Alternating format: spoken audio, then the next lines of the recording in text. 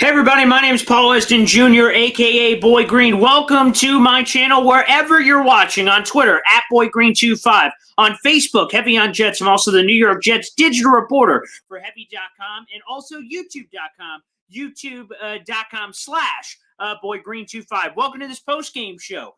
Just so you know, every week after every single New York Jets game, you can come here to any of my feeds, again, on Heavy on Jets, YouTube, and Twitter, and you can follow along on the post-game show. We do it every single week, and you guys can jump in the comments wherever you are. We'll get to all your questions and comments on this horrible loss by the New York Jets, and obviously the headline is the implosion by rookie quarterback Zach Wilson, the jersey that I'm wearing right now. I've worn this 2 weeks in a row, 0 for 2. Maybe that's a bad omen. I don't know. But we'll get into it here on this post-game show. A couple of quick nuggets before we get started here. First off, every New York Jets post-game show that you can find, again, on Facebook, Twitter, and YouTube is brought to you by Jabber's Wing Sauces. Make sure you check them out on Facebook and Instagram for all your tailgating needs. Again, they are fantastic and delicious. Whether the Jets are winning or losing, you can get some good taste in your mouth, so why not do a little bit of that? And also, quick shout-out, follow me on all social media at BoyGreen25. You can find it on the ticker below. Subscribe to the YouTube channel, please, www.youtube.com/BoyGreen25 for all the latest. But let's put all of that away for a second here, and let's get into the game.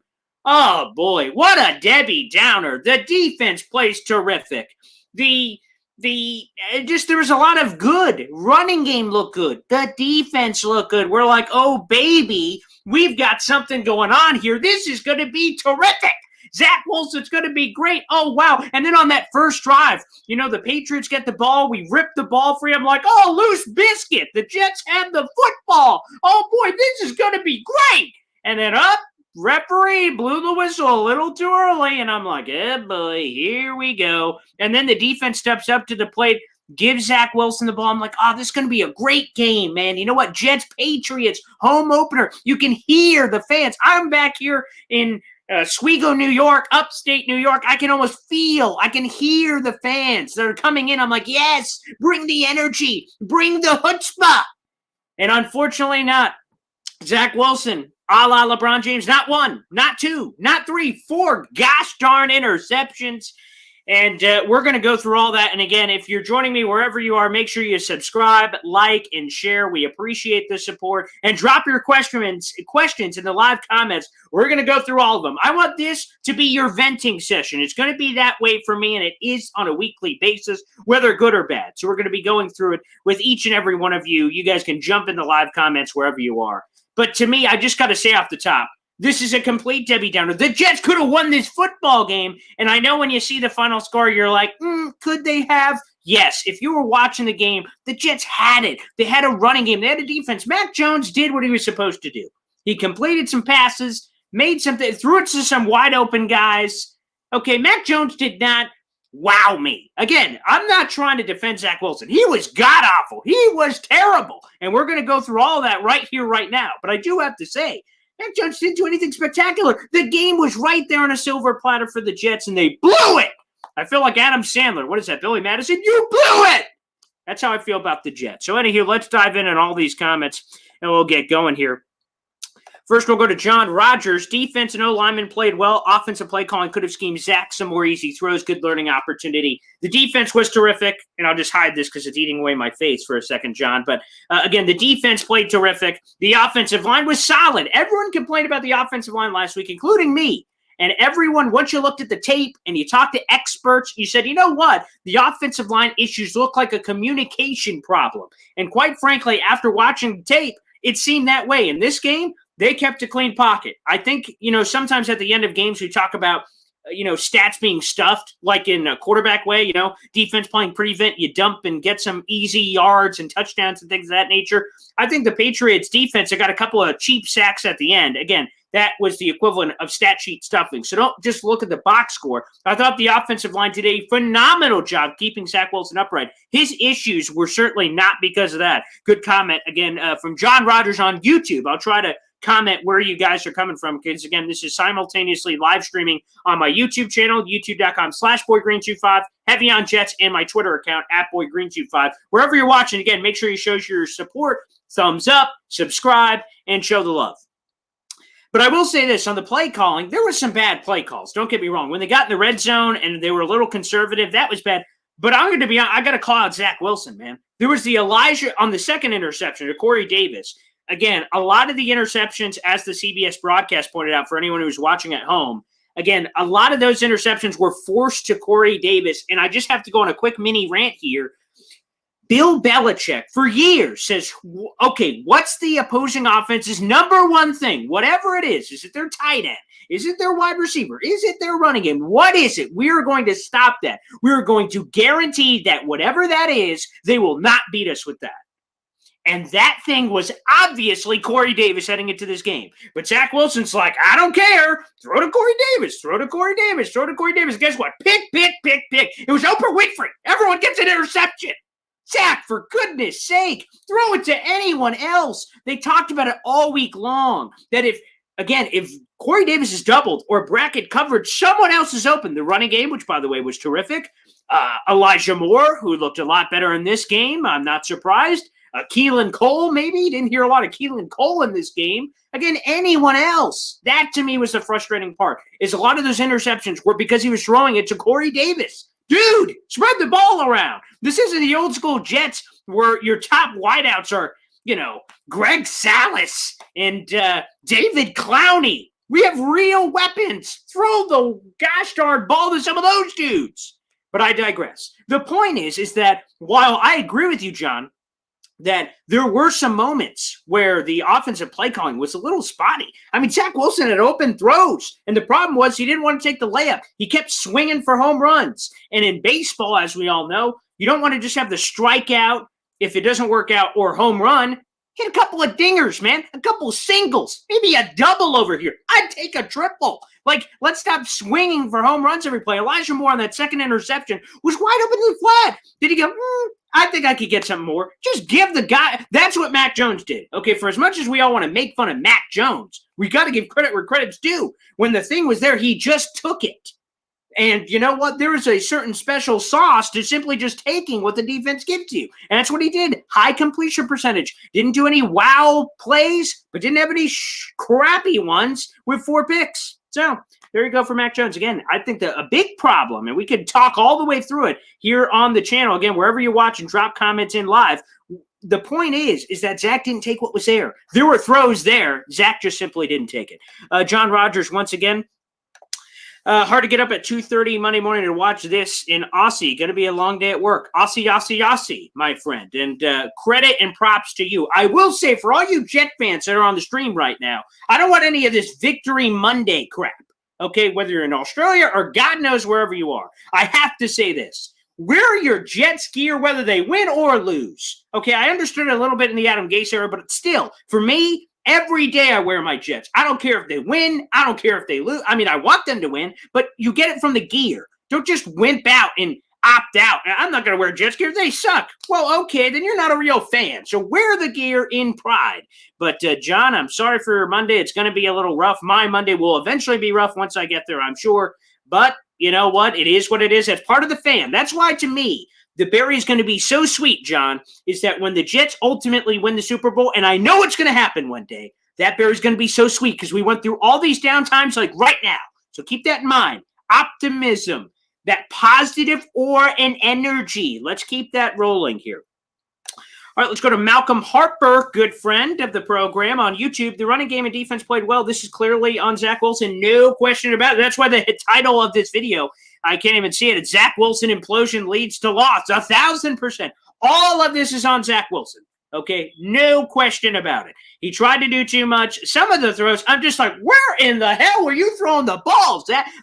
He threw it in quadruple coverage to Elijah Moore, and Elijah Moore wasn't even close. I'm like, what the hell? On some of these picks, maybe we'll hear more from Robert Saleh. Maybe a receiver ran the wrong route. He said, oh, here we go. Oh, no. Because sometimes that happens. But, 4 picks. It's hard no matter what Robert Saleh is going to say in the postgame presser that's going to be like, oh, okay, I kind of get it. Like, Jesus. Sweet Lord have mercy. Some of those picks are just god-awful. I'm like, where are you going with the ball, man? This was just god-awful. All right, let's go over to Harry Cornell. They win this game with Sam. Now, I will say this. I did not get – obviously, I was focused on the Jets-Patriots game.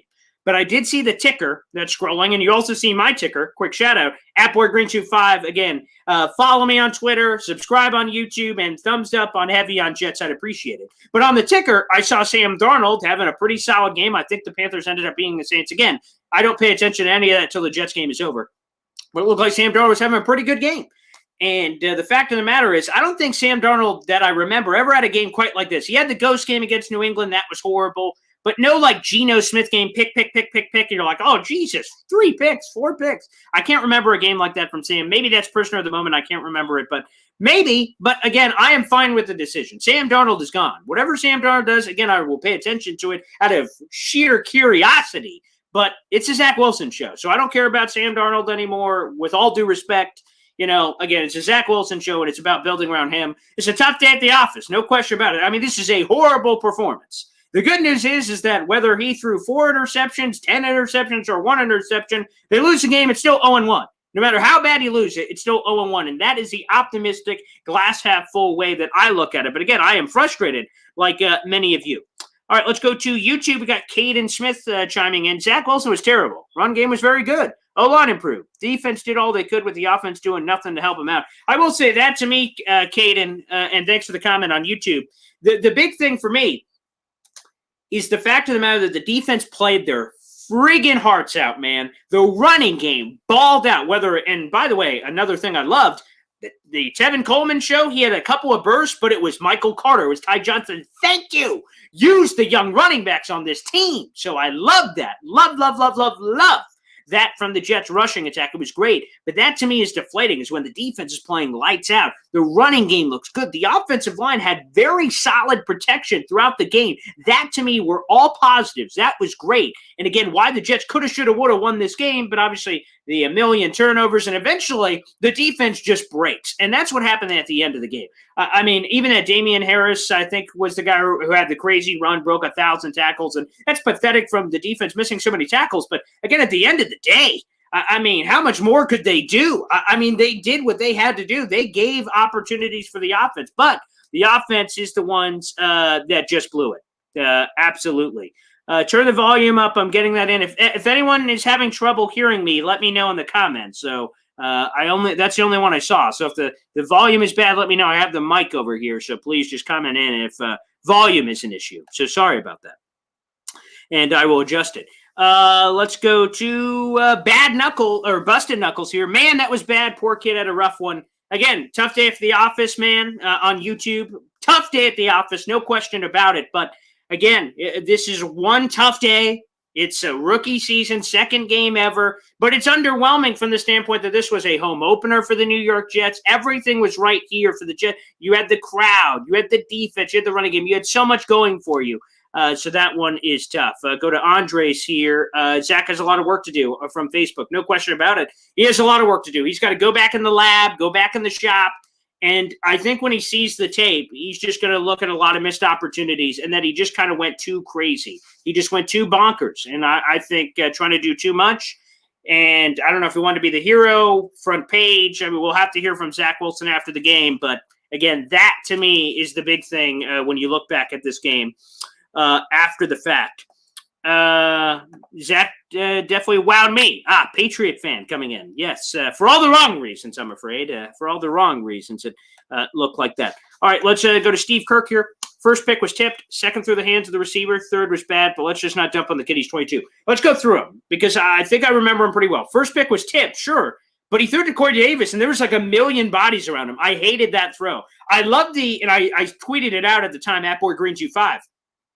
You know, on a second and short play, doing play action, I love, in theory, what you're doing there on that play. I love it because the Patriots assume you're running it. Play action, guys bite a little bit. You have an opportunity at a minimum, the intermediate level of the field. But again, if I would have play action and look, and I'm like, gosh, not there. Dump it, get rid of it, do whatever you're going to do. To me, that first pick 100% is on Zach. Corey Davis is covered like a blanket. It was tipped, sure, and kind of doinked around and ended up being a pick. The decision was terrible. Second was through Corey Davis's hands, but again, he had Elijah Moore in the flat. Sure, again, Corey Davis, credit him, on the CBS broadcast, came over to Zach, said, dude, that's on me, man. I'm sorry. And okay, but again, Elijah Moore was wide open in the flat. So that to me is tough. Third pick was bad. The fourth pick was bad. There was just a lot of bad. Again, he's 22. He's young. Steve, I'm not writing him off. Zach Wilson's a bust. I'm not going there, and I won't. But I got to tell you, it was underwhelming. It was underwhelming. Okay, let's keep moving through here. Again, drop your comments wherever you're watching it here. All right, we can pick away at the performance all we want, but how does he improve from here? That's a great question, Michael. And the thing for me is, again, exactly what I said earlier in the show, is that at the end of the day, it's one loss. Dude, it's over. Watch the tape, and they will on Monday, and they'll correct it, and they'll look at it, and they'll say, why did you do this? Why did you do that? And they'll be in the lab figuring all that stuff out. And that's true. And you got to do that. But once you do it, whoop, throw it in the garbage. It's a new day. It's a new opportunity coming up here in week 3 against the Denver Broncos. And the Broncos defense is very good. They gave the Giants trouble. They gave Trevor Lawrence trouble, who they just played. And Trevor Lawrence looked awful today too. But again, the point is that you're playing another good defense. You can't worry about, man, I missed that. It's over. Short-term memory. That's what you have to have as a quarterback. So he could definitely improve from here, and just make sure he takes what's in front of him. That, again, I got to rewatch the tape, but watching it live, Zach Wilson did not take what was right in front of him. All right, let's go through a couple more here. We got Luciano. Wow. Okay, no Mims, no Crowder, no Adams, no Yeboah. They took Davis away and let us have Berrios and Griffin all day. Outcoach, poor personnel decisions. I'm assuming you're saying 2 weeks in a row, 2 games in. Seems like the coach and GM is solely focused on next year. Yeboah is on the practice squad, so don't really get that one. Josh Adams, again, nothing there. We'll get into no Mims and no Crowder for sure, but I'll put the rest away for a second. So the Yeboah thing, again, I love Kenny Yeboah, but he's on the practice squad. So I can't really factor that in as a terrible decision by them. Now, the no Denzel Mims thing, we could get into this completely separately. This is not why they lost the game, so I want to establish that. But Mims obviously was a healthy and active. And we talked about it. I know I got a lot of angry people in my mentions earlier this week on my Denzel Mims stories for Heavy on Jets. But people, I got to tell you, okay, is that, I love Denzel Mims. In a perfect world, I think he should be on the field. The only rationale, the only thing that makes sense is that he's in the doghouse for doing something with the coaching staff. And they're like, hey, you're a healthy scratch man. Because he, quote unquote, dominated in practice, according to Connor Hughes this week, and still was a healthy and active. Now, where it gets just bonkers is, so Jamison Crowder wasn't good to go. He was still recovering from COVID. So, again, the conditioning and things of that nature, also battling a groin injury. So, if he wasn't going to play, then, of course, you have to have Denzel Mims. Luckily, they didn't have any wide receiver injuries where they got in trouble. Like last year, there's a couple of moments where they're just playing anything. So, that, to me, is where we're getting all kind of crazy. It's like, of course, Denzel Mims should be in the game. How the heck was he not in the game? So, to me, that was like, what? I just don't understand. And obviously, with him being inactive, the trade stock is plummeting. I don't want to trade him. So let me just reset. I want Denzel Mims on the field. And while a lot of people are saying, he's dumb, he doesn't know the playbook. Well, guess what? He knows some parts of the playbook, doesn't he?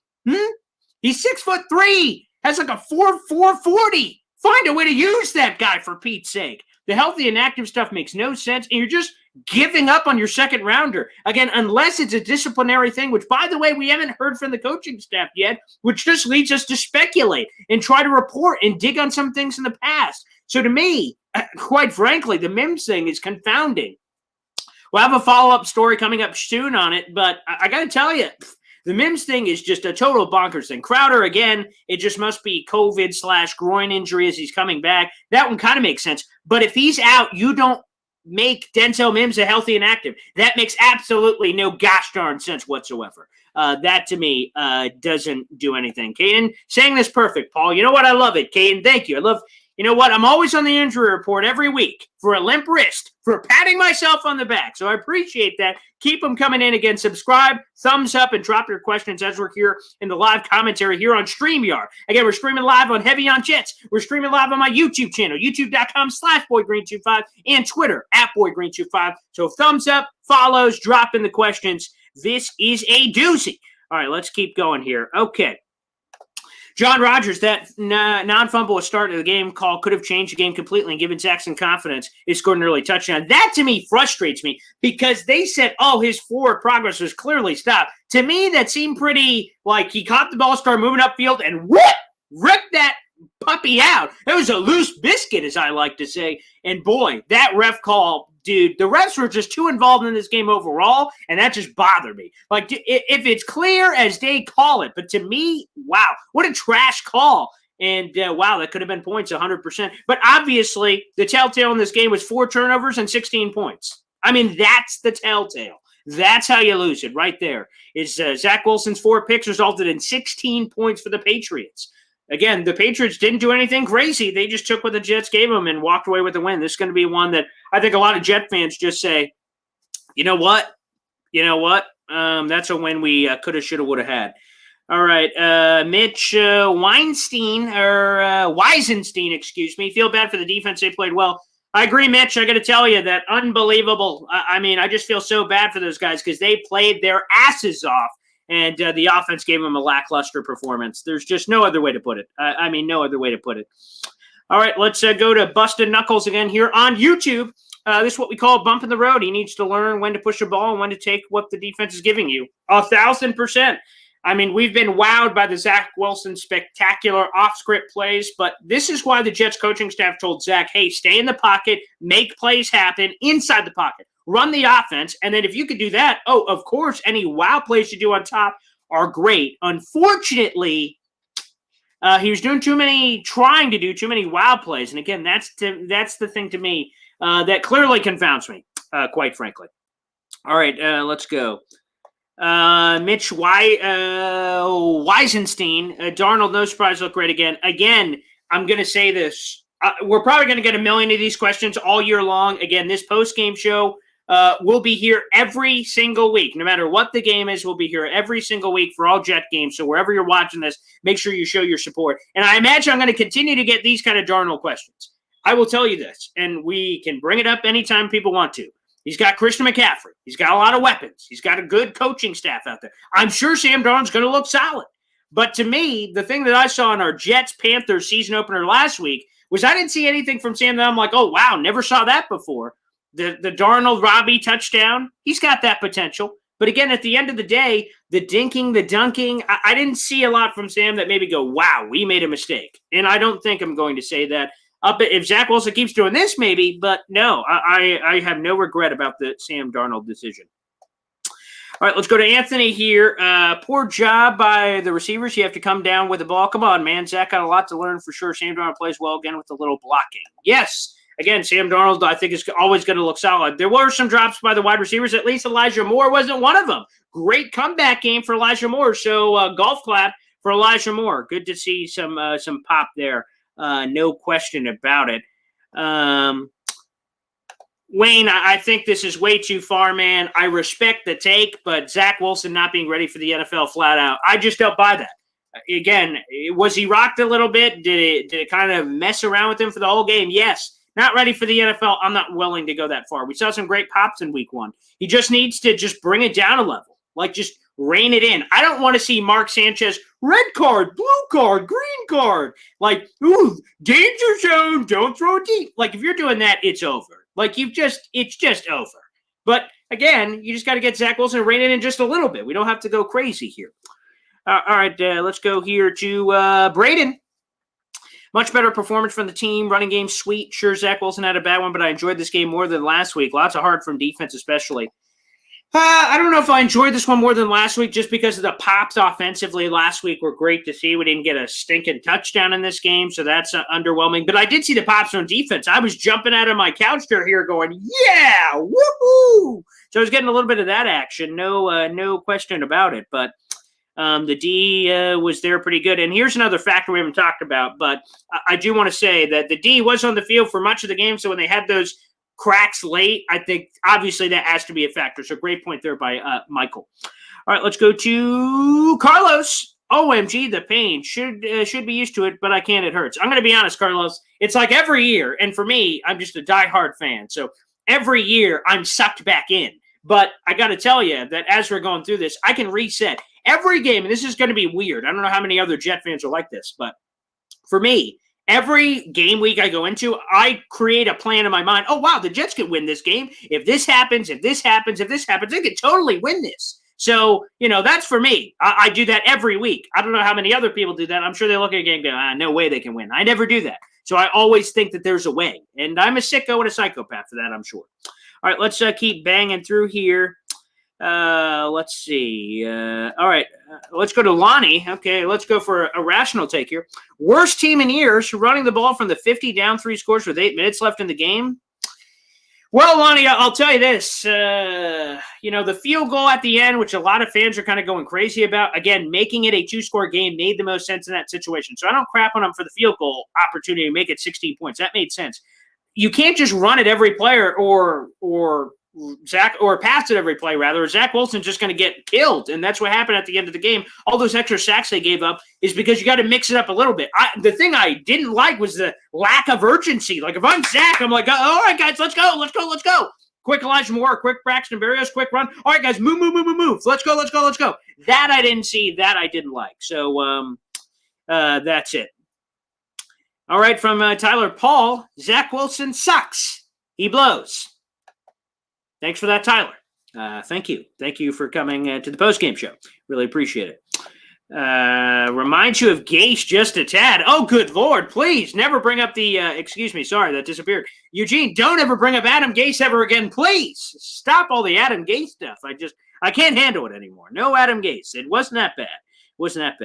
But the same mistakes I will give you again. The sacks, I wouldn't even bring up the sacks. The sacks were irrelevant. The couple of sacks they piled in at the end, no. The penalties, sure. There's a couple of dumb penalties which just, didn't make any sense. Again, I thought the refs got a little more involved than they should have. The 4 picks, all Zach Wilson's fault. I'm not going to overreact to the sacks. That's not what I'm going to do.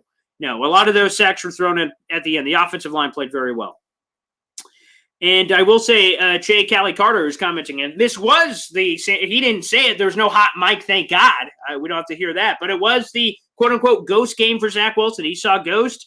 Bill Belichick's a genius. That's why he has such a great record against rookie quarterbacks. He's fantastic, and Zach Wilson is another casualty. Now, the good news is that I'll say is guess what? They got another opportunity here in a couple weeks against the Patriots. I believe that's week 7. It could be week 6, but I think that's it's week 7 for sure, because PUP list for Stephon Gilmore. That'll be his first potential game back, depending if he's ready to go. So that is week 7. So they're going to have another chance here in a handful of weeks. We'll see how they kind of answer the bell on that one. All right, let's go to Thomas McQueen here. Hope I'm wrong, but Zach's mechanics look wonky, like back foot throws, crossbody angles. This is how happy foot syndrome starts. I will say that a couple of his mechanics were bad, but again, what we don't know is the routes. What were happening with some of those routes? Some of those where he just went whoop and a terrible interception. Like, what the hell? So I'm not going to go crazy on the mechanics. I think the mechanics are fine. I just feel like his decision-making was extremely poor. So that one, to me, again, that one was confusing.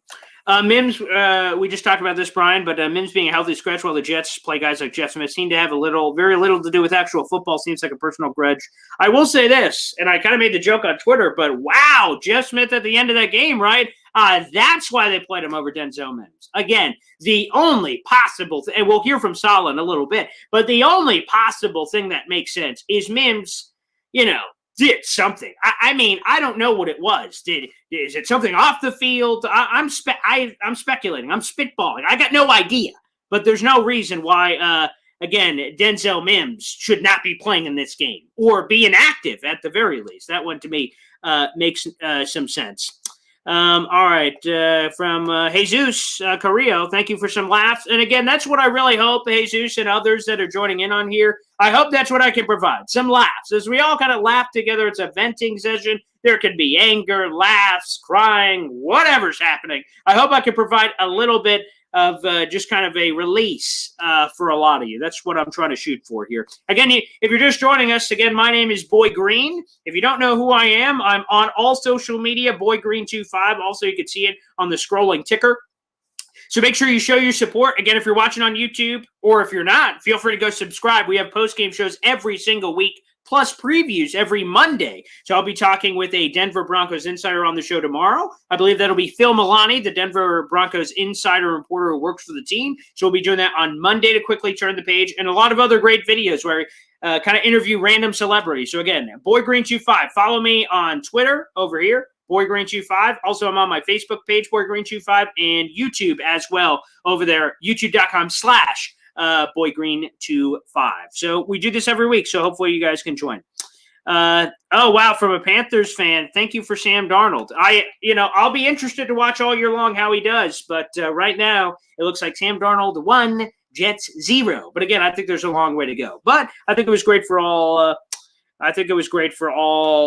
Parties there. Okay, let's keep going here. Thank you for Sam Darnold. Thank you for Sam Darnold. Several of those comments, Jesus. Thank you. John, the Jets should stop drafting quarterbacks in the first round. They don't do it that often, actually. They did it with Sam Darnold. They did it with Mark Sanchez and Zach Wilson. That's like 3 in what was it? So that was 2009. So like 3 in 12 years, once every 3 or 4 years. I mean, that's not that often to me, anyway. Look at the Browns. I mean, they take guys too far as well. All right, let's keep looking through the comments here. We'll be on for a few more minutes here, and then you can stay tuned on Twitter. I'll be doing Robert Saleh videos and other stuff coming out here in a little bit. Let's see. All right, let's go to Brian Farrell again. Would be nice to invest in receivers that can catch the ball. How many drops by Corey Davis in 2 games so far? That's a lot of money to have balls go through his hands. I'm going to be honest. Corey Davis was spectacular week 1. He had 1 drop.